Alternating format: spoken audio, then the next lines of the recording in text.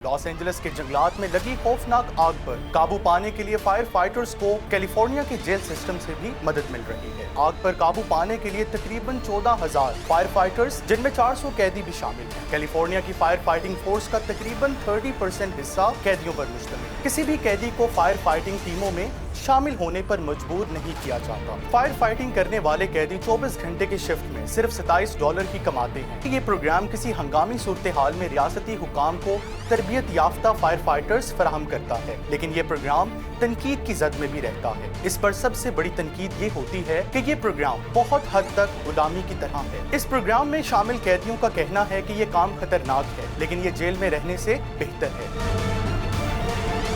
अस्सलामुअलैकुम, this is Usman Maqbool and you are watching the Blue Truth. अमरीकी रियासत कैलिफोर्निया के शहर लॉस एंजलिस के जंगलात में लगी खौफनाक आग पर काबू पाने के लिए फायर फाइटर्स को कैलिफोर्निया के जेल सिस्टम से भी मदद मिल रही है।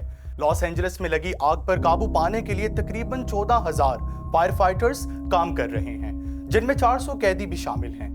कैलिफोर्निया की फायर फाइटिंग फोर्स का तकरीबन 30% हिस्सा कैदियों पर मुश्तमिल है। लेकिन आपको बताते चलें कि कैलिफोर्निया में आग बुझाने के लिए कैदियों का इस्तेमाल पहली बार नहीं किया जा रहा, बल्कि रियासत में 1915 से ही आग बुझाने के लिए कैदियों की मदद हासिल की जाती रही है। कैदियों को फायर फाइटिंग के तरीकों की मुनासिब तरबियत देने के लिए 1946 में एक फायर कैंप प्रोग्राम शुरू किया गया था। कैदियों से बतौर फायर फाइटर्स काम लेने का प्रोग्राम रज़ाकाराना है। किसी भी कैदी को फायर फाइटिंग टीमों में शामिल होने पर मजबूर नहीं किया जाता, और जो भी कैदी इसमें शामिल होता है वो अपनी मर्जी से ऐसा करता है। इस प्रोग्राम में शामिल होने वाले कैदियों को कुछ शराइत पूरी करनी होती हैं, जिनमें जिस्मानी सलाहियतों के साथ साथ जेल में उनका रवैया दुरुस्त होना भी शामिल है। बाज़ जुराइम जैसे जिनसी जुराइम या आतिश जनी में मुलव्विस कैदी इस प्रोग्राम के लिए नाअहल होते हैं। कैदियों को फायर फाइटिंग के लिए मुआवजा भी अदा किया जाता है, लेकिन ये बहुत ही मामूली होता है। फायर फाइटिंग करने वाले कैदी 24 घंटे की शिफ्ट में सिर्फ $27 ही कमाते हैं।